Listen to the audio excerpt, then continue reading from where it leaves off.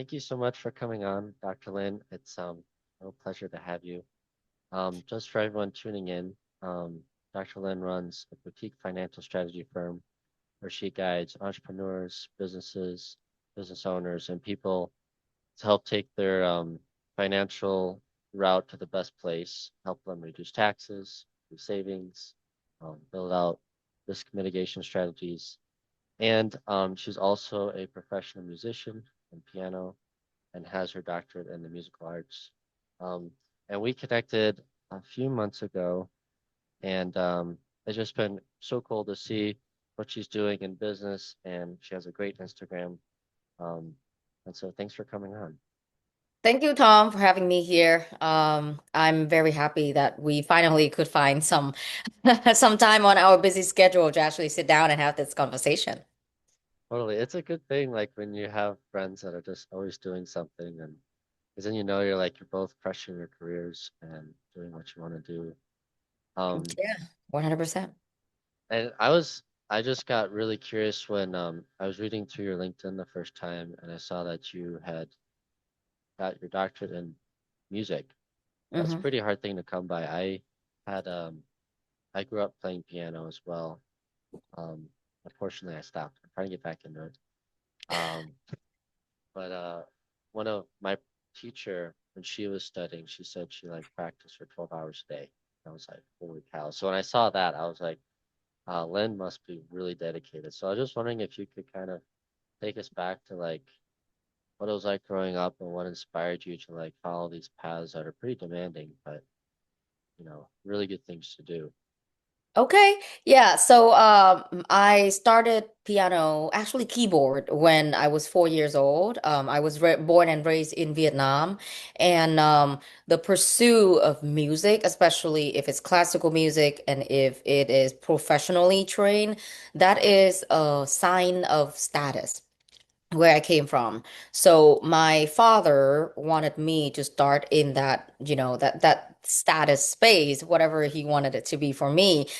So yeah, I show some early sign of talent, musical talent and communication as well. So yeah, they my dad and my mom eventually they put me in that path very very early in my life. At 6 years old, I joined the Hanoi Conservatory. So, if you know a little bit about Vietnam and the musical, uh, classical music industry in Vietnam, there are two prestigious schools, one in Hanoi, where I was born and raised, and one in Saigon, or now Ho Chi Minh City. And I became a student of Hanoi Conservatory when I was 6 years old.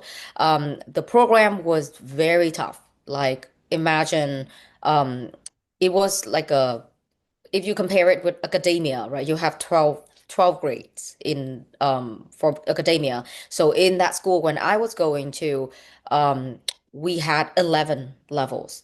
So basically every single year you advance to the next level. And then when you finish the 11th level, that's when you can take the entrance exam to go into the college program. And so I did that. I completed all 11 years. Well, actually, I quit um, about one semester. I had one semester left for my 11th year. The reason being was I was kind of lost. I didn't really know what I wanted to do at the time. I didn't know if I wanted to go to college in Vietnam or if I wanted to go to that musical school for college and just 100% focus on that, or if I wanted to go abroad.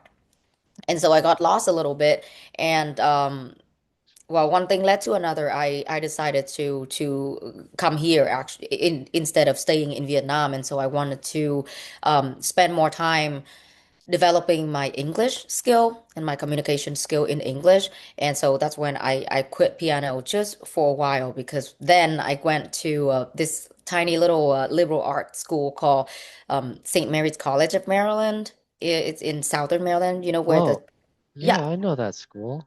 you Oh, do? Have you yeah. ever been to the campus? No, but I have a lot of friends who have been. Yeah. Oh, it's a beautiful campus. I love it so much. But that is where my musical career got saved, because there is this wonderful instructor named Brian Gams, at that school. I originally wanted to become a psychology major. However, because of this instructor and what he made me feel again when I play the piano and when I performed, then eventually I decided to go back to music with all the foundation that I have had after 11 years in Vietnam. And yeah, that's when I decided I graduated with the Bachelor of Arts from St. Mary's College of Maryland. And then with his encouragement, I applied to a few programs for master. And I went to George Mason University in Virginia. And then after that, I keep, getting scholarship to continue my path. And yeah, at 29, I eventually got my doctorate degree. Wow, that's incredible. Thank you. I think I got a lot of help and I got a lot of, support from my parents financially. And then also people here have been very kind and trying to help me navigate through the industry. And also I know a lot of people who have, scholarship foundation, and even the mentor that I had at George Mason also did everything she could to get me as many scholarships as she could. So yeah, just very grateful for that. Yeah, I mean, it's kind of great when you have someone like that. You just mentioned your mentor at George Mason, who will Hmm. bring you so many doors to open. Like, and I think that comes from like a true. I think people do that when they see a student really take on all that they can with whatever they're doing. And so I was Mm. curious, like, have you kind of always like gone headlong into something, or have you ever struggled with like, at least for me, I struggle a lot with like distractions, like not really Mm. wanting to um, dive fully into whatever I'm doing. I think it's Mm. like that fear that you could give it all, but it won't work out. Mm. I was just wondering, is that ever a problem for you, or is that, I was just curious. Yeah. Yeah, so for me, once I could decide what I wanted to do, I have this habit of going down the rabbit hole until I find out all the truth, and like, until I can push myself to the top of the mountain. So that has happened quite a few times in my life, to be honest with you. Number one was piano, right? As soon as I decided, okay, piano is going to be what I pursue moving forward, then I really just focused on, schoolwork and homework and trying to go out there, get more opportunity to continue that path. And yeah, I was very determined as soon as I decided to complete the doctorate program. And then after that, I don't know if you know the truth, like the whole story about me, but right after I got my doctorate, my family, back then I was married to this naval officer, and also I gave birth to a daughter shortly before I got the doctorate, right? But then right after I got the doctorate, my ex-husband had a new assignment and we moved all the way from Virginia to San Diego. And that's when, I finished all of that. Like that was an old chapter, and I thought that we were going to have like a new life in San Diego, and I decided to stay at home to be a stay-at-home mom. And like I tell you, from day one of my stay-at-home mom whatsoever, I created this like strict military grade um training system for my kid. Oh, Yes, even I had to excel even in that. I read a tons of book, I did a tons of research, I watched a bunch of YouTube video, joined a lot of mom group. I just wanted to do it right. And yeah. my daughter actually started sleeping by herself in her own script, in her own crib, in her own room, like from day one. And she stopped needing like night feeding by week 11. And so even Wow. as a stay-at-home mom, I had this crazy need of excelling it. And I'm doing the same thing with finance now. This is my second pivot, right? First, third pivot of my life, which is, switching career from music, from academia to finance. And I'm applying the exact same determination with this new industry. What was the, what did you see in finance that you wanted to get into it? So finance was more like a calling from heaven. I like to think of it that way because I was not looking for an opportunity. I was a stay-at-home mom, and my plan was to stay with stick with my family, stick with my kid until my ex-husband had a final destination. And then I would go back and start developing my piano career again. So honestly, I was not looking for a job opportunity or a career switch. But one day, on LinkedIn, out of like all places, right? We met on LinkedIn.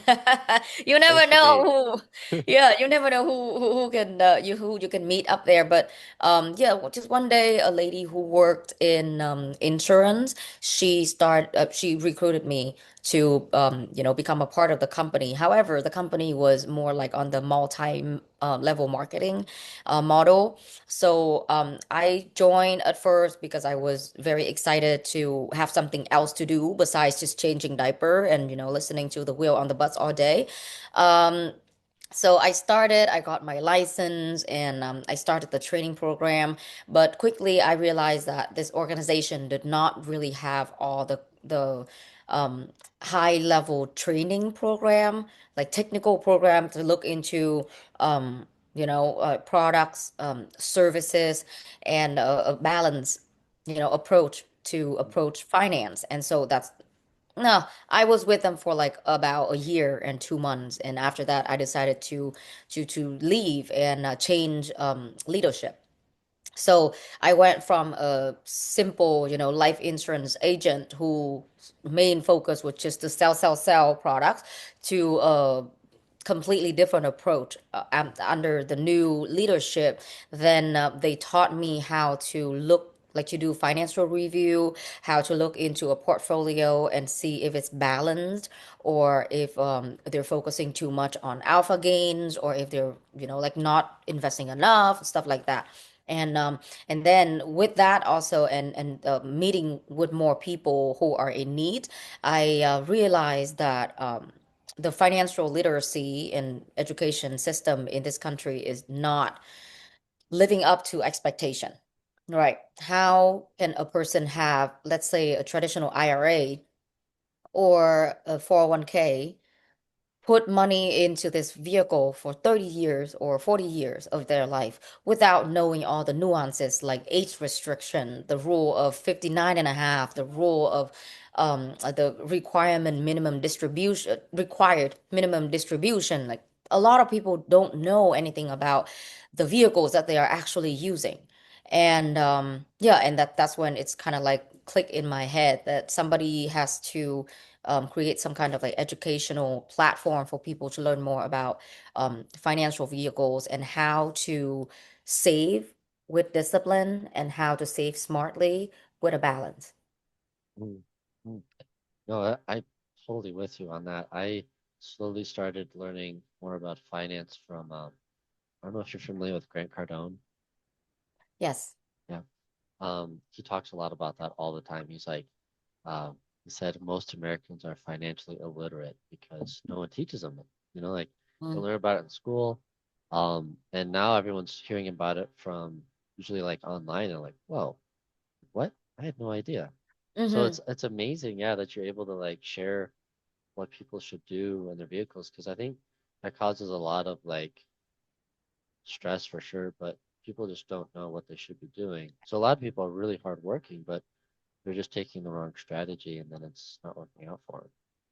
Yeah, this is one thing that we like to say in finance. We say people don't know what they don't know, Yeah, right? Like we don't even know that that is a thing until somebody tell us, basically. yeah. So yeah, it's funny story for you. This is actually a real life case. Yesterday, I went to like a happy hour event by one of the clubs that I'm affiliated with out here in the DMV, and there was this gentleman. I read the sign on his shirt. He was a he worked for some investment firm, and I think he is a real estate advisor.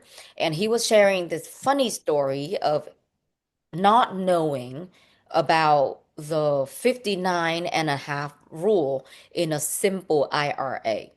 This is real. Like this story just happened about 15 hours ago. Wow. Actually, not even, yeah, 15 hours ago. That's when I realized, oh my God, I keep running into this situation again and again and again because people again they don't know what they don't know. And let me ask you, when you buy a new iPhone, do you actually sit there and read all the thing that they put on the paper? Nobody Oh, does that, no. right? Exactly. Yeah. But liability for a phone is very, very small compared to financial vehicle, right? Yeah. So most of the time when people sign up for like a 401k or something like that with their employers, they also don't have the time or the need to actually just sit there and read through all the fine print. And I honestly think that that should be the first step, like not Mm, really forcing people to read everything on the paper. However, there should be someone who could just highlight bullet points, very important bullet points about those vehicles. For example, 401k, what did you have? 59 and a half rule, right? If you touch that money before you turn 59 and a half, you are going to have to pay tax, number one, just like everybody else, income tax. And then number two, you have to pay 10% penalty because that vehicle is designed for long-term accumulation. That's how, the government and the employer kind of discourage the money being touched way too soon. That was the rule. And also there is this rule with RMD, required minimum distribution. Most people don't know about this until I tell them, and then they're like, "What? Really?" At age 73, if you fail to make a withdrawal from those vehicle from 401k, you are going to also get penalty. It's 25% oh, of the amount that you are supposed to withdraw plus tax. wow. That's a lot. I know, but these things people need to understand. And yeah, the fact is most American who have a 401k don't even know about those rules. It's just kind of alarming to me.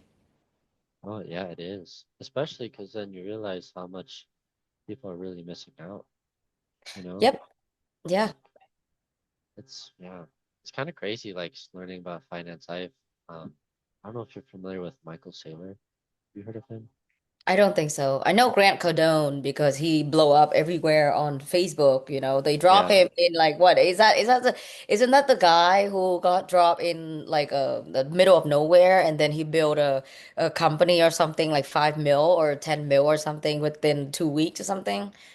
Yeah, yeah. It was 90 days and he had $100 Oh, and he made a $5 million business. Yeah. yeah, yeah, yeah, That's yeah. He blew up everywhere. I didn't really watch the show because I'm not really into hypes like that, especially in finance. We just I don't know. I'm a firm believer of if it's too good to be true, it's probably is too good to be true. And now I don't know who he is. I know he's a very great business owner and whatnot, but most of the time, when people see like quick money like that, it's hype. A lot of it is hype, and then most people would I don't know. I don't yeah, want to talk about things that definitely. I'm not sure about, but yeah, I have not actually watched that. But yeah, Yeah. back to Michael. I don't know who Michael uh, is. he runs a company called Strategy. It used to be a competitor for Oracle and Microsoft. They make like a full suite uh, corporation software essentially. And he moved his business into something different now, but um, he talks a lot about like the back ends behind things because he owns a public company. So he tells people like, yeah, like this is what a public company has to go through to get like certain um, legislation or like essentially like find permits, get approved, all those things. And he like just breaks down numbers. He's like, so this is how much money, you lose as a company every year, or this is how much you can gain. And it's cool to hear someone as an insider Hmm. talk about the whole thing because we have no idea. Like you just see like, the NASDAQ or the S&P 500, but you don't actually know like what's all behind all of those numbers, everything, P&Ls, balance sheets, all of it, and Yeah, usually it's easy to be like, well, do they make money? They not make money. It's like, well, there's a lot behind that, that's It's true. like you have Yeah. accounts receivables, you have cash flows, you have invoice payments, dates, all of it. And Mm.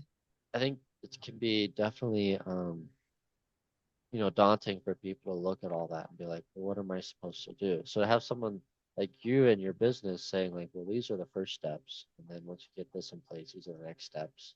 You just Hmm. keep going and going until they're essentially bulletproof with the vehicles they're in. Yeah, yeah, I agree. I like structure. I learned that really early in my career as a piano teacher and piano performer.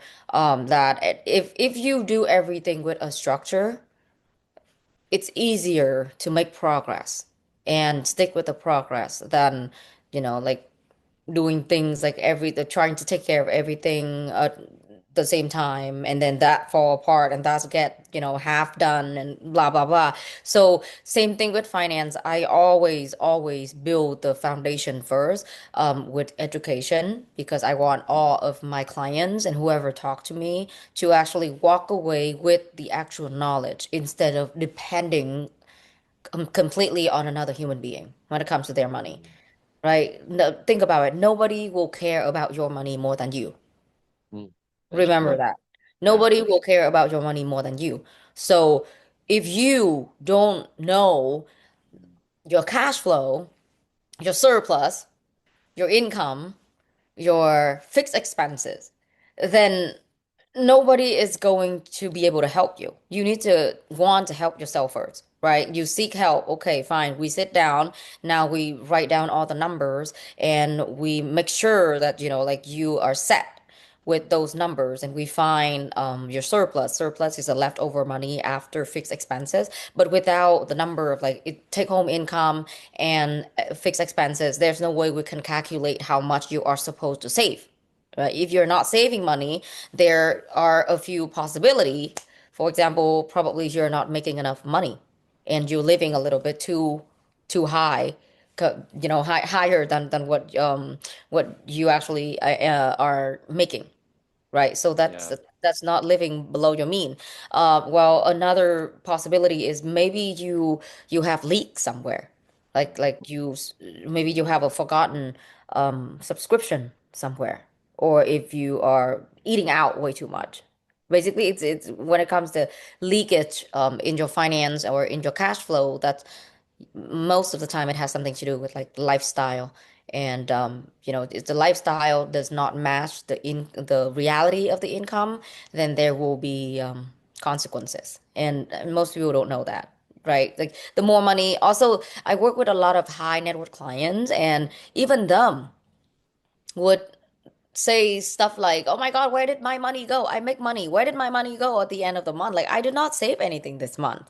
Something like that. So think about it.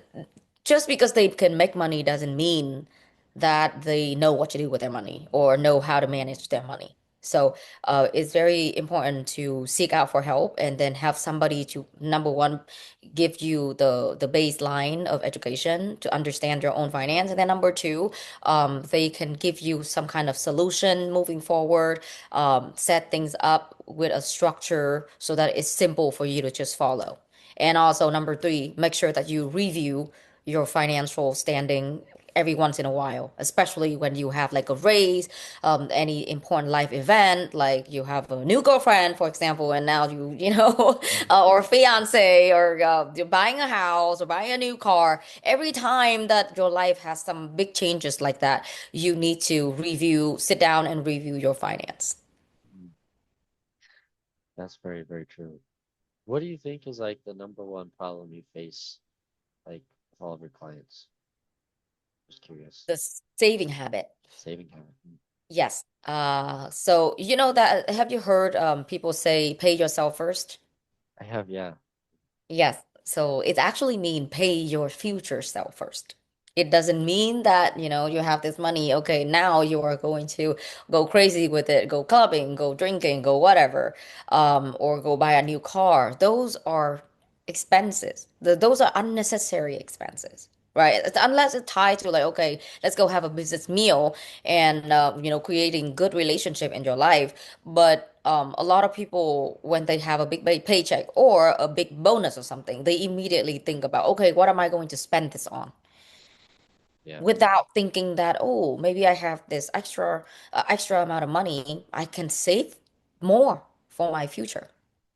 Right. So yeah, so when it comes to saving money, a lot of people make the mistake of spending first and then save whatever left.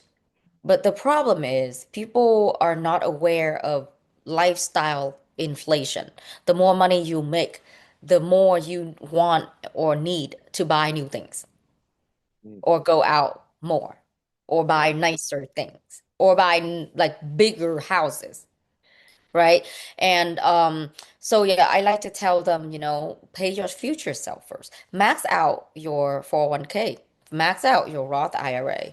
If you get a big tax return, max out your Roth IRA for that year. Pay your future self first. Because the fact is, now you're still young and you're still actively, creating, but bringing in income. But then what happened when you're 65 or 70 and you're sick and you can't work anymore? What's gonna happen then, Yeah. right? Yeah. And most people don't think about delayed gratification until it's too late. That's why we still have, senior working back in grocery and Walmart these days. And it's not their fault, but somebody should have helped them a long time ago. Absolutely. How what's like your vision for your company? Are you because you're talking about like reaching more people, do you think you'll continue like specific like curated experience for people, or do you think you'll branch out into like education, like media and things like that, or what do you think?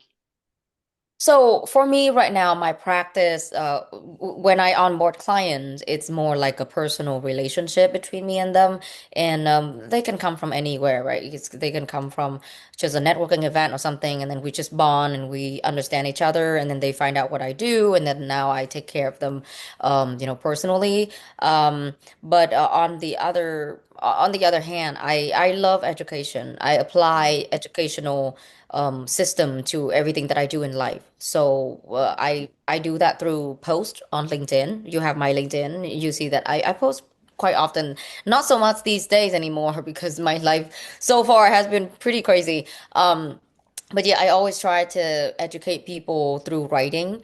So either on LinkedIn or on my website.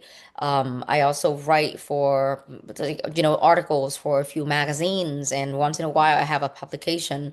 And so that's where it's more like a duo model. Right? If you work with mm, me one on one, then I'll take care of your finance for you behind closed door. But then also, in general, to the public, I write educational posts just about like basic things, things that they need to understand, things that they need to pay attention to, and things that they should know about their own financial vehicles.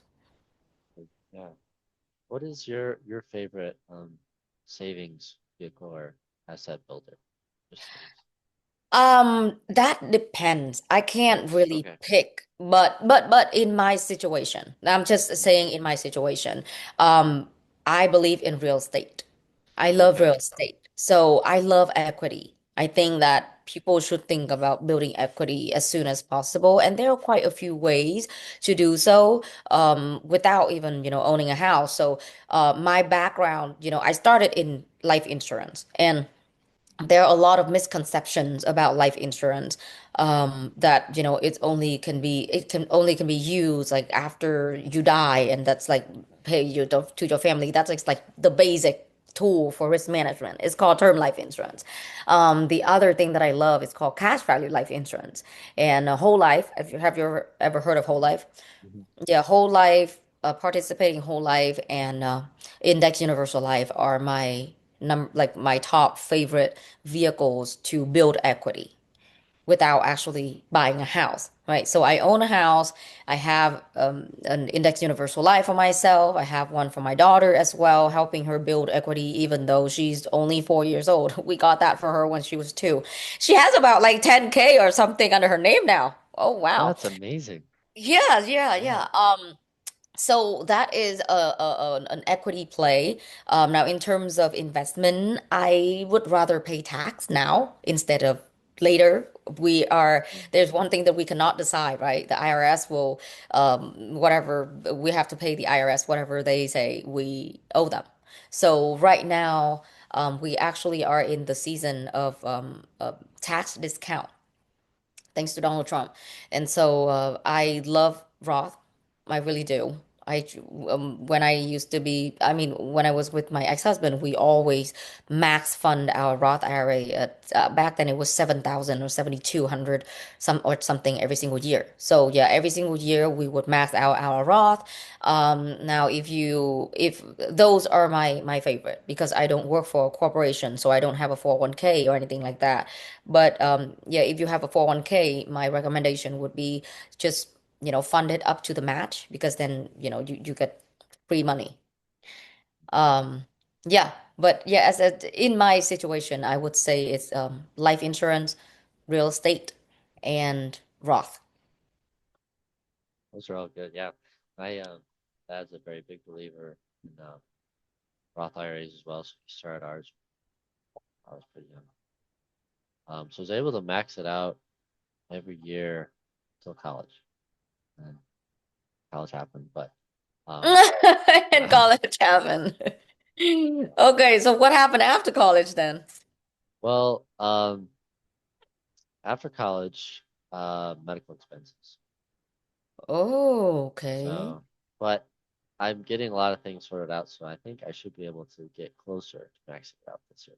So, Wonderful. I mean, even if you can't max it out, as long as you are constantly, putting something in there, and also I'm very risk averse. I'm a risk management advisor, so I don't really like super high, aggressive vehicle mm, with like really high return, like possible return. I like to go with the safe choices because I don't have time to actually sit down and like study a stock and just track it go up and down. You know what I'm saying? So yeah, yeah. Usually I just choose the safest option and just consistently putting money into it every single month, even if it's just $50 a month, $50 a month. At one point, you're gonna realize you have more than you um anticipated in that vehicle. yeah.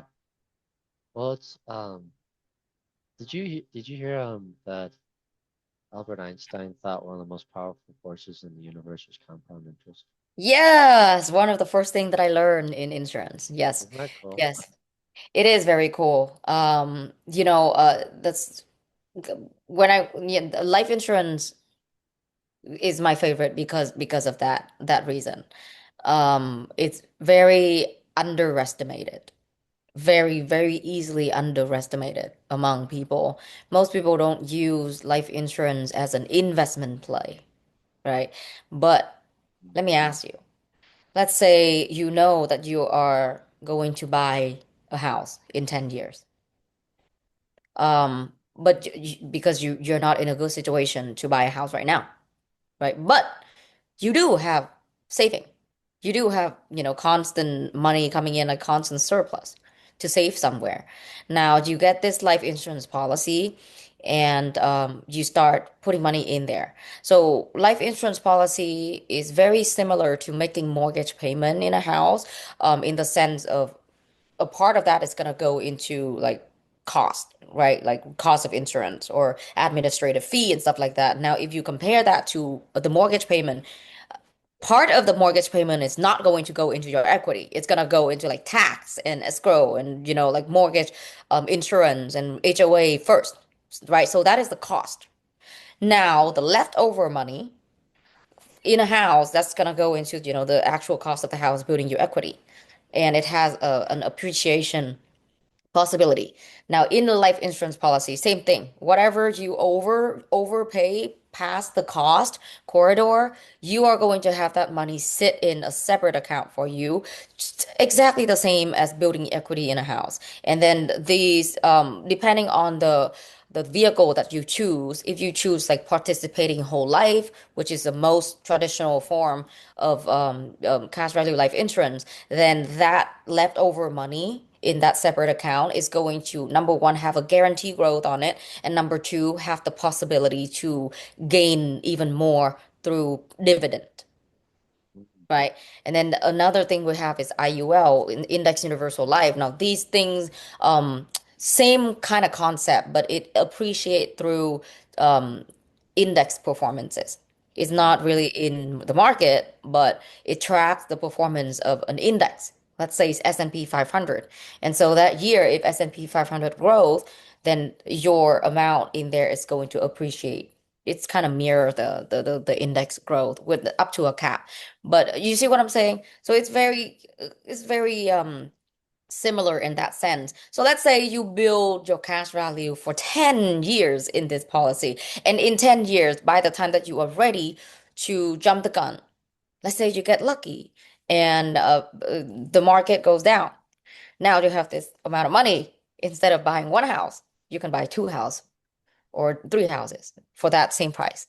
Whatever. I'm just pulling number out of my ass right now and having a little dream.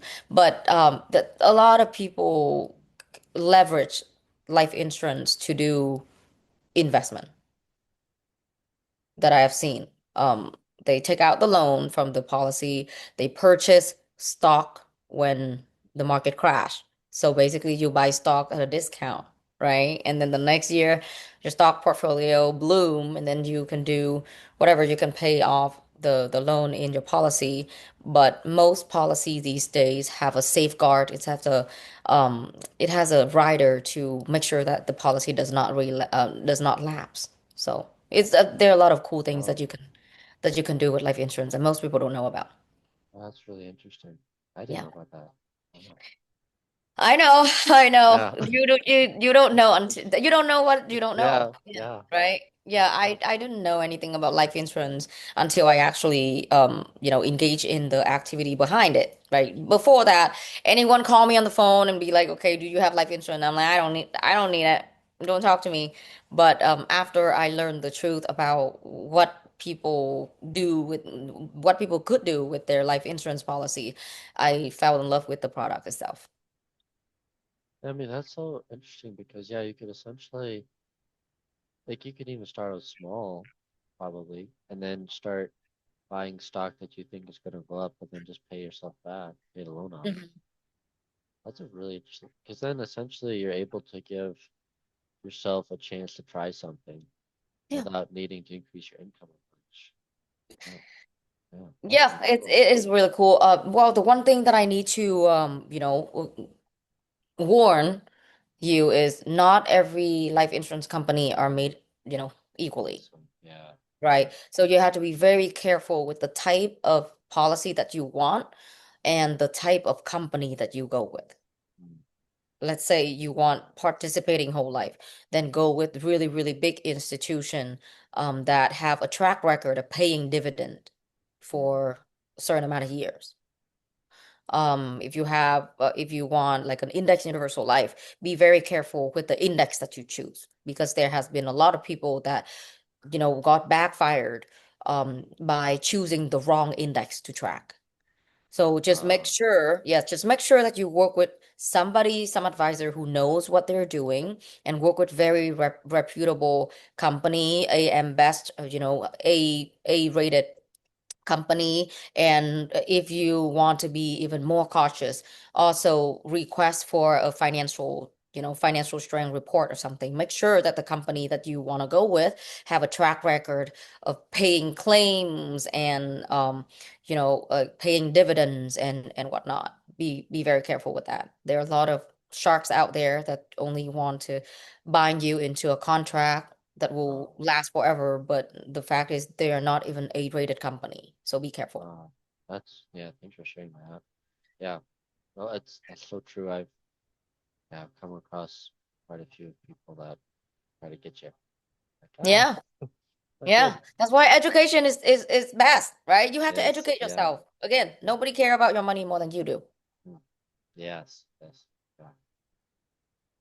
Oh, well, this was really fun, and thanks for sharing all so much about just your life and all these things about finance, because It got me thinking about a bunch of things I need to go learn now, and I'm Oh, sure everyone that is listening in will do the same.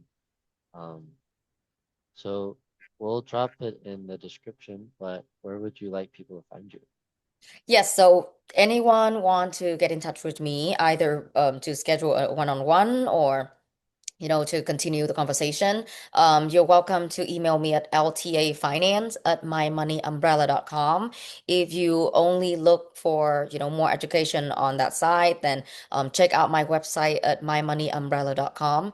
And yeah, and we will start from there. Also, I'm on LinkedIn, so if you want to shoot me like a message from time to time, well, contact Tom. He has my LinkedIn. Oh, cool. Yeah, absolutely.